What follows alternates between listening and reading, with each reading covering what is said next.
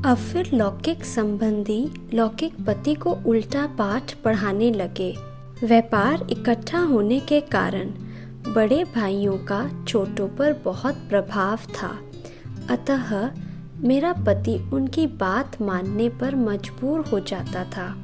अब उन्होंने भी रोकना टोकना शुरू कर दिया। स्वयं को बंधन में देखकर एक दिन मैं किसी बहाने से फिर सत्संग में पहुंच गई। उन्होंने जांच की तो उन्हें मेरा वहां जाने की बात मालूम हो गई। अब उन्होंने सारे घर में ताला लगा दिया। मैंने कहा, अगर आप मुझे जेल में बंद रखते हैं तो मैं भोजन भी नहीं करूंगी। आप आत्मा का भोजन बंद करते हैं तो मैं शरीर का भोजन बंद कर दूंगी।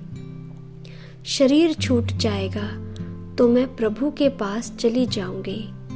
ताले लग गए, पहरेदार खड़े हो गए। छोटे बड़े सभी को ये बता दिया गया कि इस पर पूरी निगरानी की जाए। 2-3 दिन खाना ना खाने के कारण मेरा शरीर कमज़ोर हो गया, परंतु आत्मा को सूक्ष्म शक्ति रूपी भोजन मिलता रहा। सबको डर लगने लगा कि कहीं इसका शरीर ना छूट जाए। बहुत बार उन्होंने मायावी दुनिया की तरफ बहलाने की कोशिश की, परंतु जो मन एक बार प्रभु का हो चुका था वह अब और किसी का कैसे हो सकता था। मैंने रंगीन वस्त्र, जेवर आदि उतारकर सफ़ेद कपड़े पहन लिए थे। घर वालों को यही विचार आता था कि अमीरी से गरीबी को कैसे देखेगी।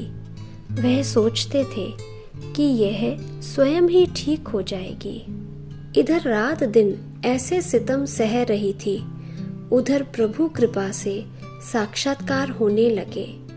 विष्णु के रूप में बाबा आकर यही कहते थे, बच्ची धैर्य धरो। ये कष्टों की दुनिया, सितमों की दुनिया अब गई की गई। इससे पार कराने के लिए मैं आ चुका हूँ। जब ये आवाज़ सुनती थी तो मुझे तसल्ली होती थी कि इस जेल खाने में भी मेरा कोई रक्षक है। फिर मैं बाबा के साथ बातें भी करती थी, जो बाहर वाले भी सुनते थे, जिससे उनको ये लगता था कि इसकी लगन पक्की होती जा रही है।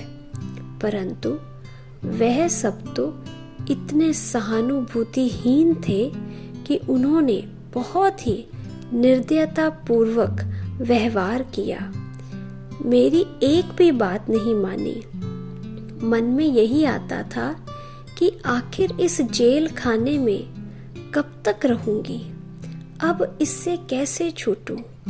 कोशिश तो बहुत की कि चाबी मिल जाए, परंतु नहीं मिली। मैंने सोचा कि कहते हैं जब प्रहलाद पहाड़ी से कूदा तो उसे भगवान ने बचाया। मैं भी तो उस प्रभु की ही हूँ, तो मैं भी क्यों ना इस गैलरी से छलांग लगा दूं। भगवान मुझे भी अवश्य बचाएंगे। ये संकल्प दृढ़ होता गया।